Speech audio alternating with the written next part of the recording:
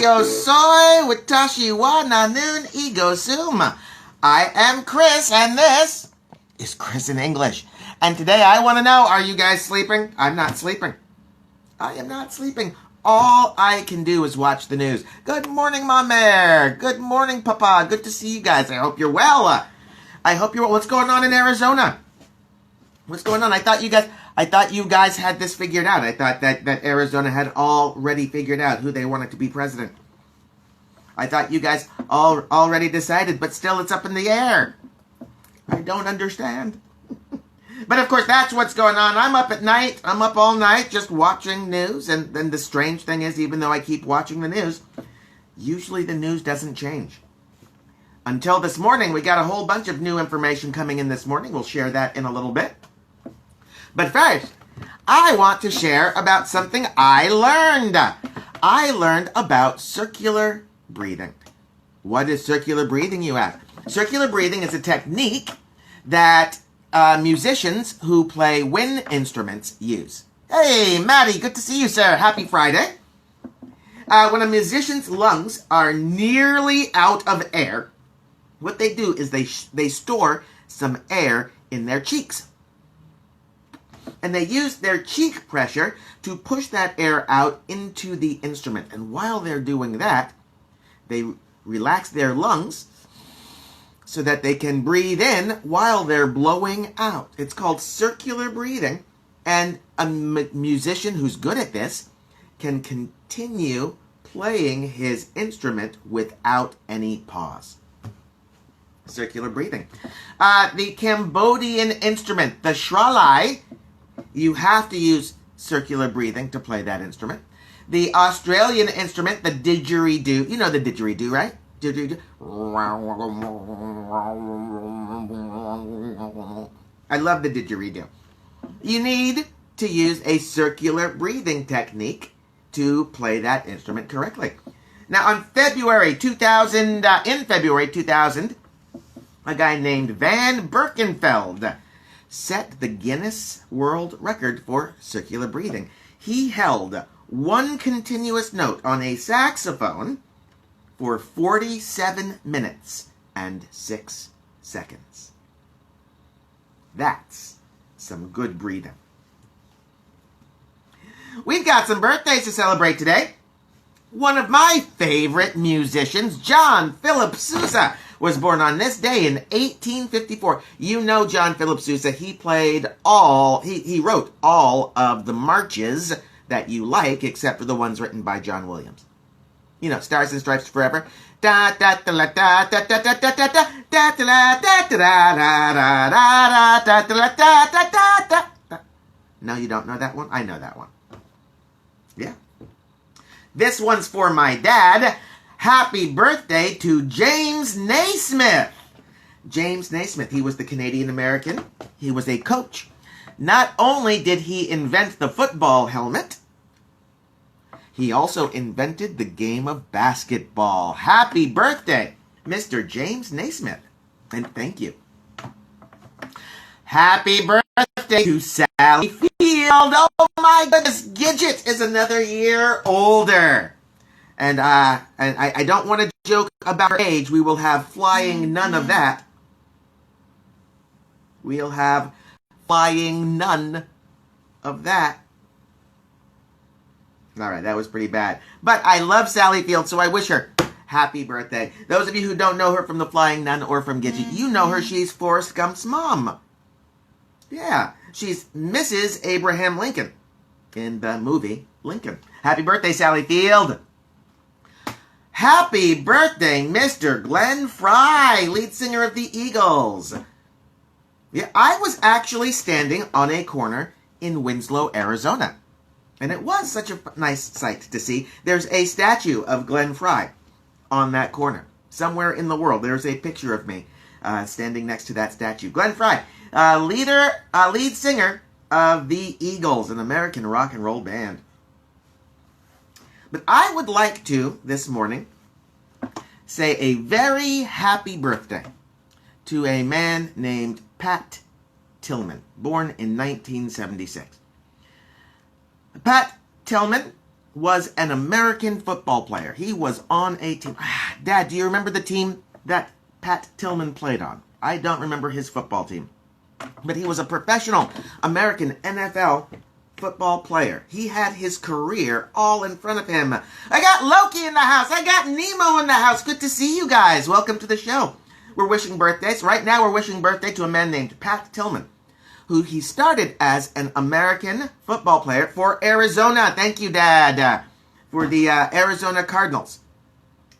After 9/11, when America was attacked, he quit playing football and he joined the Army, and he became an Army Ranger. He went to Afghanistan and fought to defend his country.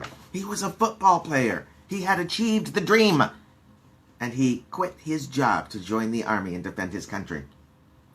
On April 22nd, 2004, Pat Tillman died in combat, in a controversial combat. But he died as an Army Ranger in service to his country. Thank you, Mr. Pat Tillman. Happy birthday to you, sir.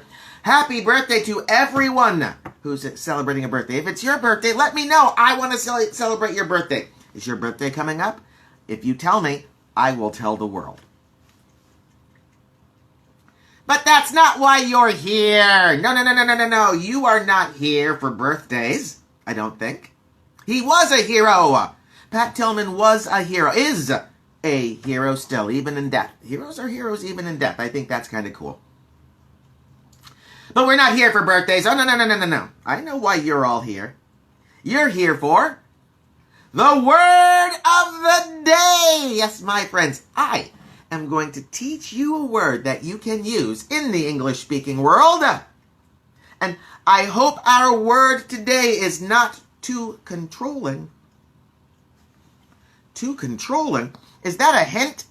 Is that a clue? Is that information that could help you figure out what our word of the day might be? I think it is. Because our word of the day today is a noun. It's a noun. And it's a really good noun. It's a great noun. You won't hear this noun all the time. This is a twice a year word. Our word of the day today is Imperium. A great word. Imperium. It's a noun. And it describes an area that is ruled by an emperor or an empress, part of an empire. But it's also any area or field dominated by one person or group. Loki's saying first she's here for Chris. Aww. And then for the word of the day. Well, you get both. Today you get both. And our word today is Imperium. Here's your spelling. Imperium. It's a noun. Imperium. An area ruled by an emperor or an empress. An area or field dominated by a person or group. Here's a sentence for you. The current election will decide the ruler of the American Imperium. It's true. It is true. It's the area. That talks about the land of America, the Imperium. But check this out. I love this sentence. Ready? Bill Gates and Mark Zuckerberg are the rulers of their own digital imperiums. I'm going out on a limb. And I'm going to say that I, Chris Wiley, am the first person in history to put together the words digital imperium. You heard it here first, folks. Imperium.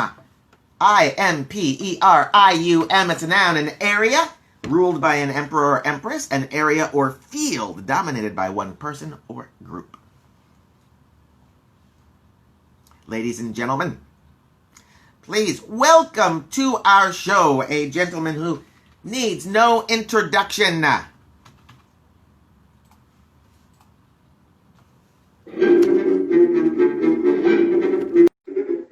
Spanning the globe to bring you the constant variety of sport, the thrill of victory, the agony of defeat, the human drama of athletic competition. This is Williams Wiley. world of sports. Good morning, sir. How are you? Oh, I'm doing well, Chris. How are you today? I am fantastic. Thank you. It's a fabulous Friday. Yes, yes, it is. I have to admit, I'm not getting much sleep this week. There's some things keeping me up, and I don't know why. Yeah, I don't know either. Um, I don't know what's happening in the world. Mhm. So I don't think I've turned on the news or picked up a newspaper in weeks. yeah, very, very little in the way of news this week. Um, Not a lot to think about or worry about or to be apprehensive about. Um, Everything's perfect. yeah, everything's normal stuff. Ho hum. Yeah, yeah. Hey, Mighty Mighty, good to see you. Welcome to the show. Yeah, no, Chris, let's be honest and let's be serious. I mean, sports has really taken a back seat this week. It has not been a concern of mine. Not really something I've actually spent more than maybe 10 minutes on. Um, Mhm.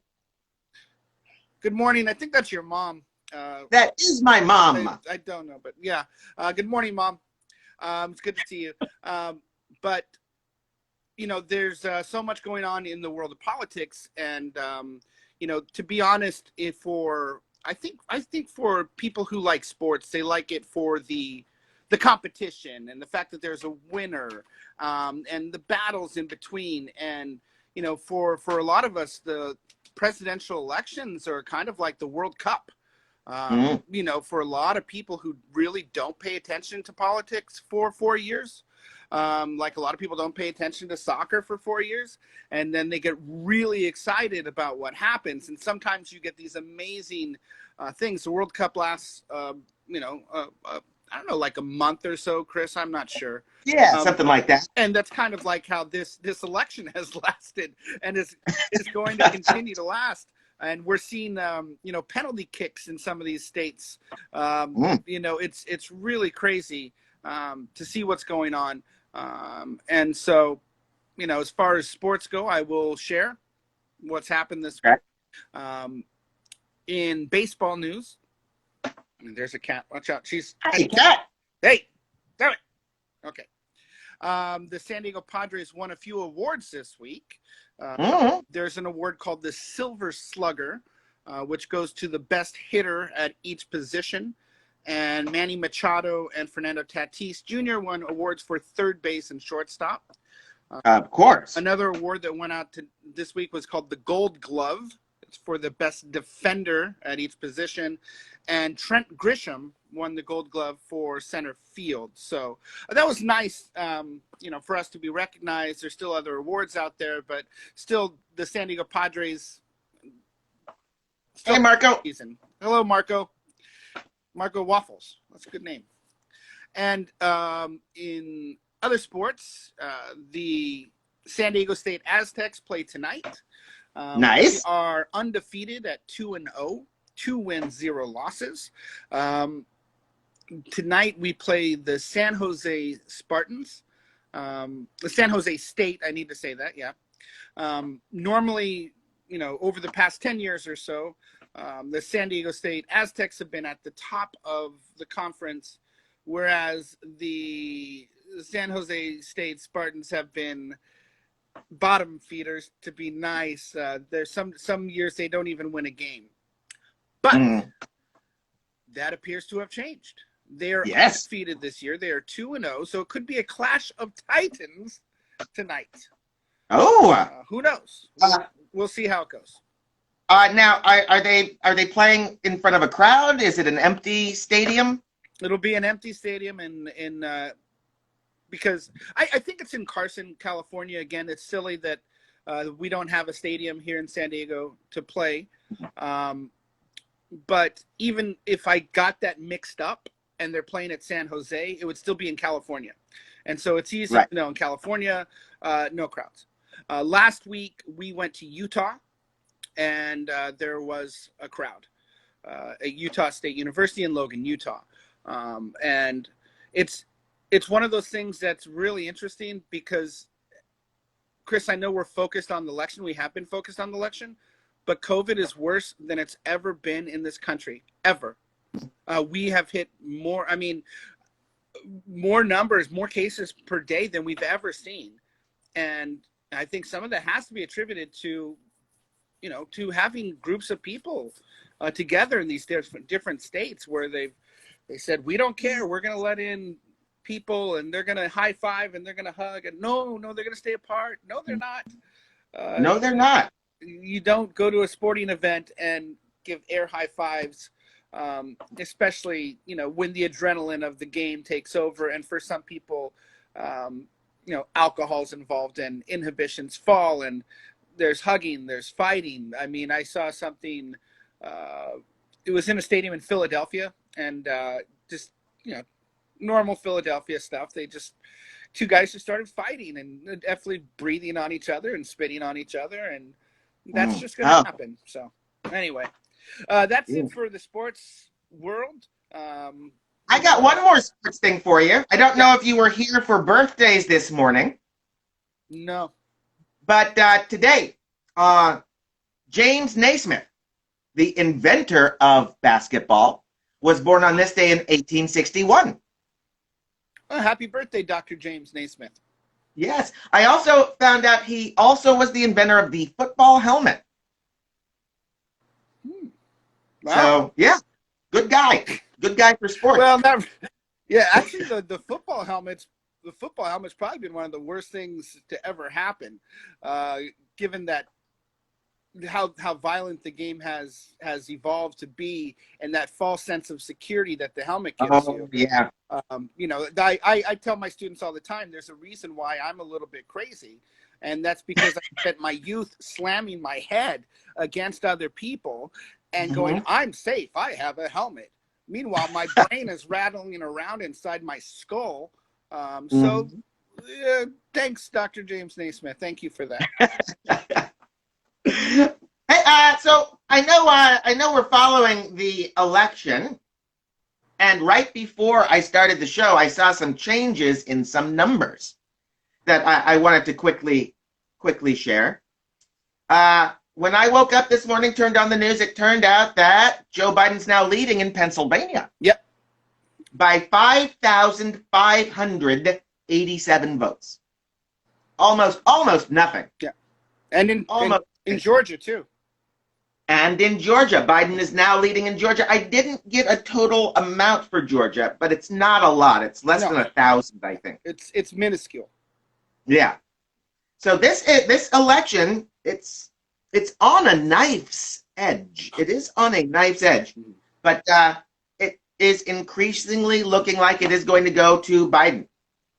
Not by 369 electoral points, as someone predicted. Yeah. But it will go to Biden, it looks like, unless President Trump wins lawsuits. President Trump seems to be operating under the philosophy, if you can't win, cheat. And if cheating doesn't work, get lawyers. Yeah. So that's where we are as far as the president right now. Biden, of course, is calling for calm and patience and is sounding, what's the word I'm looking for? Presidential. That's it, yes! Oh my goodness, what a great word. I hope we get to use that word more often. I haven't been able to use that word in 4 years when talking about our leader. I know, not without the prefix "un."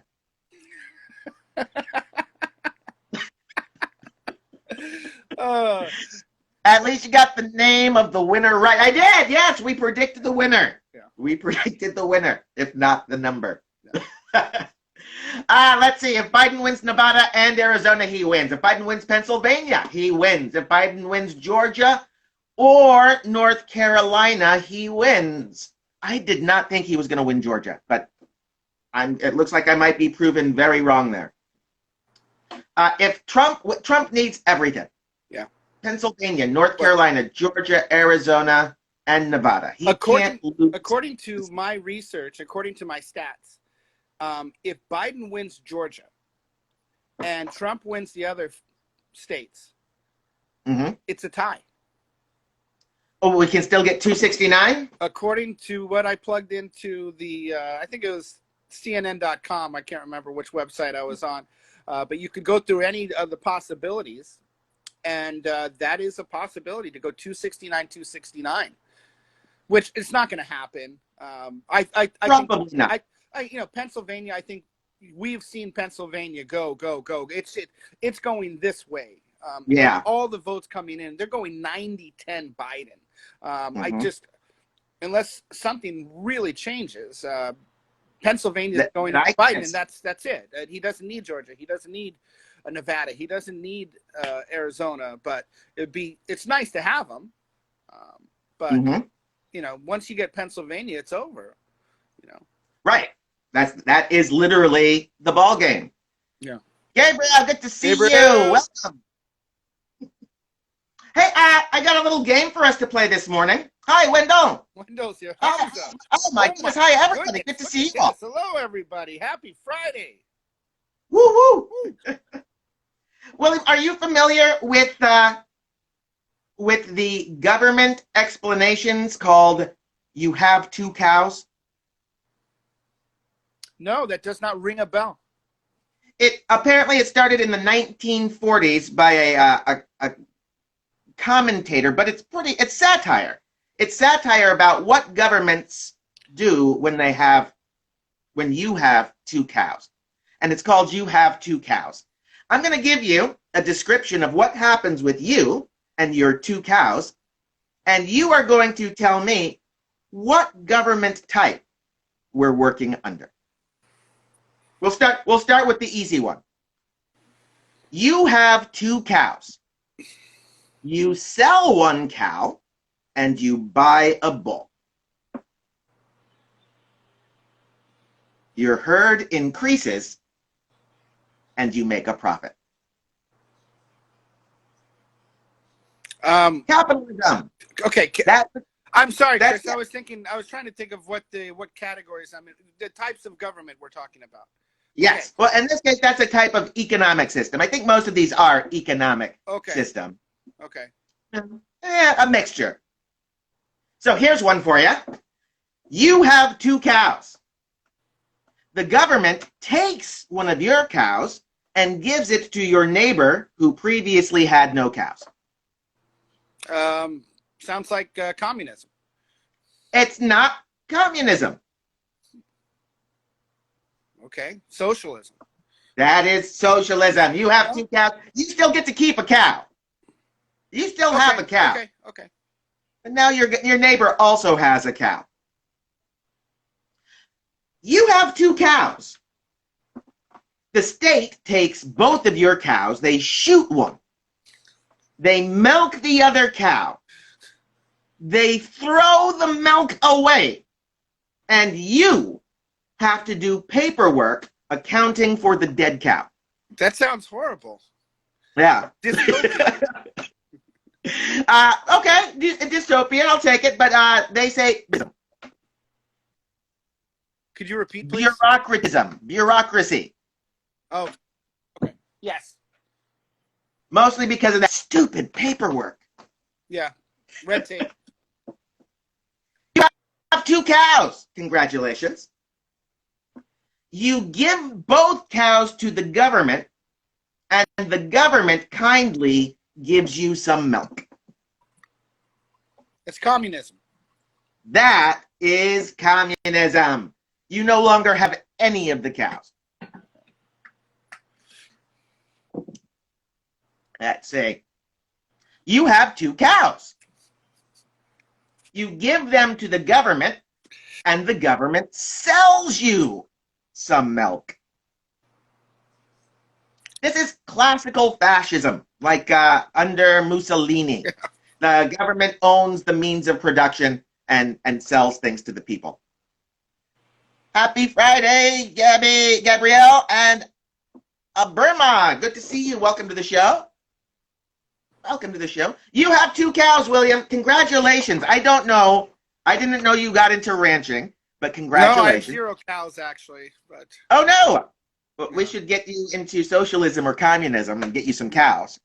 Well, my neighbor has a chicken, so it's almost the same. Oh. You have two cows. Either You sell them the milk at a fair price, or your neighbors will kill you and take the cows. Anarchy.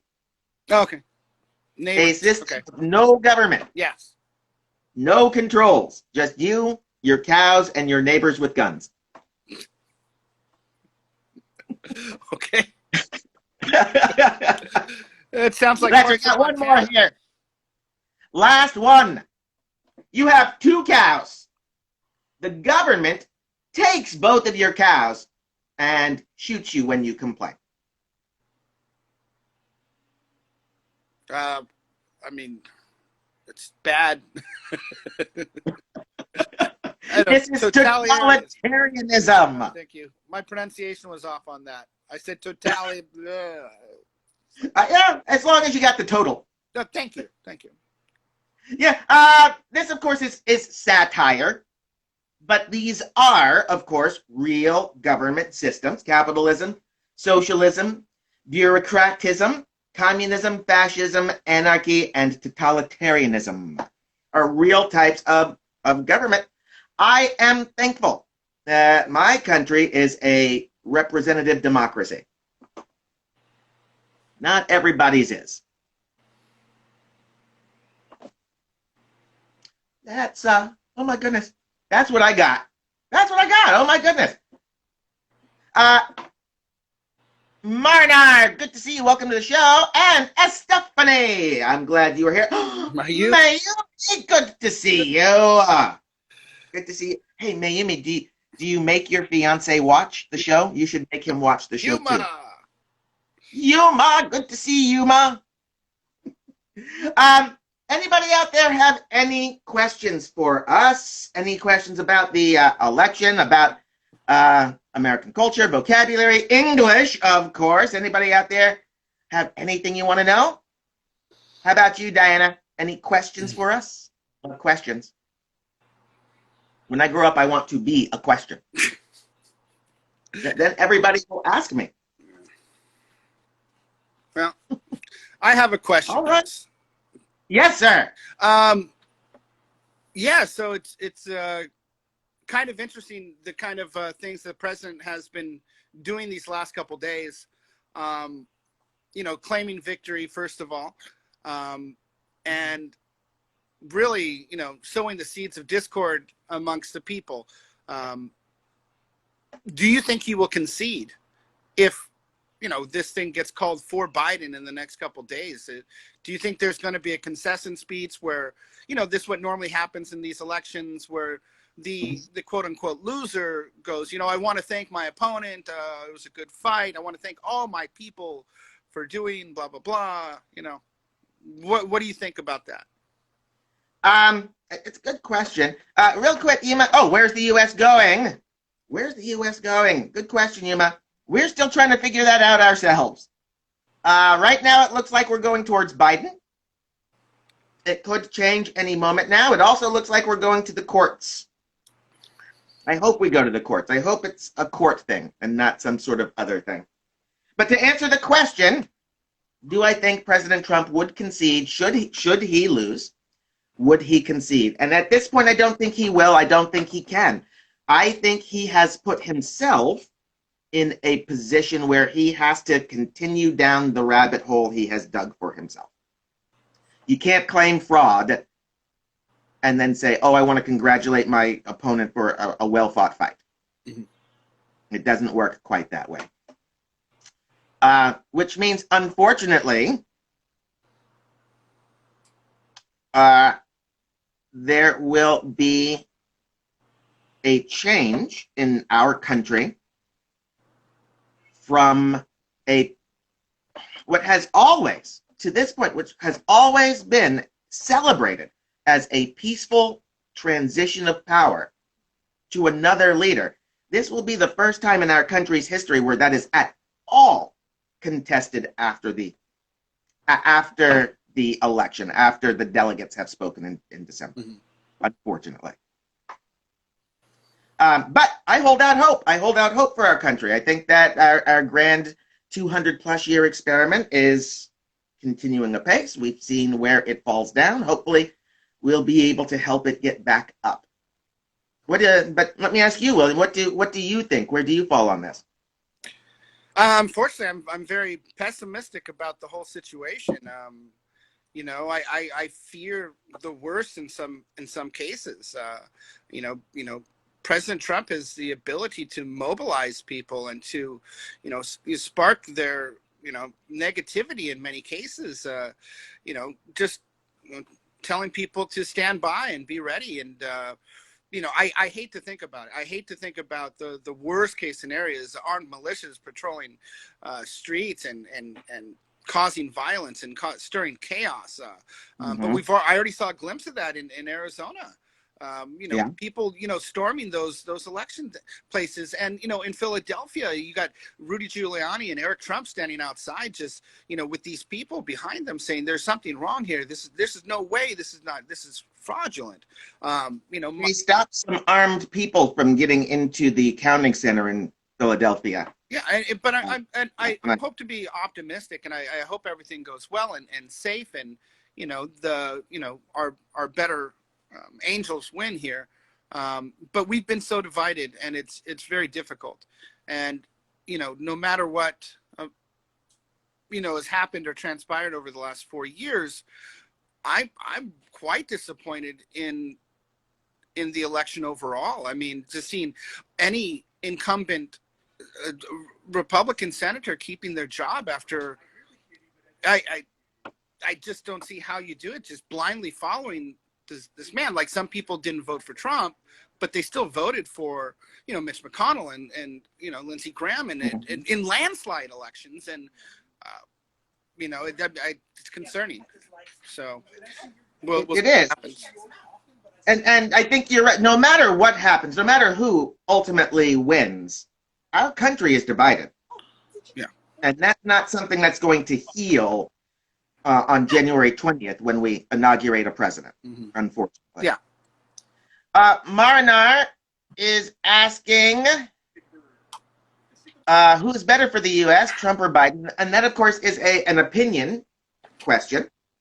My opinion is that Joe Biden would be much better for the U.S., if only because Joe Biden understands who America's international friends are, more than Donald Trump seems to. So that would be, but that's my opinion. Mm-hmm. And apparently half of my country disagrees with me. Well, a little less than. Yeah, less. I mean, once again, what's the latest on the popular vote? I think it was over 5 million. Is it 5? Last I saw it was more than 4 million. Yeah, okay. Certainly. So yeah. But when you're looking at 200 million votes, but is 4 million, does it not make it half anymore, really? Yeah, you're right. You're right. It's a big number, but yeah, in percentages, it's not that big of a deal. Mm-hmm. But Oshima, good to see you, Oshima. Yeah, you got to say this though, Chris. No matter what, we had more people come out to vote than ever before, and there are more people now than there's ever been, obviously. But a lot of people came out to vote and expressed their voice. So that's a good thing, no matter how you want to look at it. Whoever wins the election will win with more votes than any other president has received in the history of our country. And whoever loses will finish with the second most. That's you imagine true. That? I mean, Donald Trump says he's the greatest thing since Abraham Lincoln. Now he can say, I got more votes than Abraham Lincoln. That's so true. And don't think he won't. Don't think he won't say that. Oh, Abraham Lincoln's a loser. I like my presidents who don't get shot. Oh, man. That's a good one. All right. I know that I have to go on to my next. I'm sure all of you do as well. But I want to say, William, thank you so much. We'll see you next Friday when hopefully this will all be decided. Yes. Hopefully. And everybody else, I want to thank you for coming to the show. What a great turnout we had today. So many people. Thank you so much. If you want to share anything with us, you can write us comments. You can send us emails, Chris@ChrisinEnglish.com. Until then, please remember, my name is Chris. I love you all.